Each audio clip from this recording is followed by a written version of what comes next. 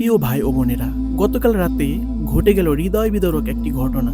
ঘটনাটি ঘটেছে টাঙ্গাইল সদরের সিলিমপুর ইউনিয়নের চরপাকুল্লা মাঞ্জালবাড়ির সুখচান ভাইয়ের বাড়িতে। কি হয়েছিল রাতে?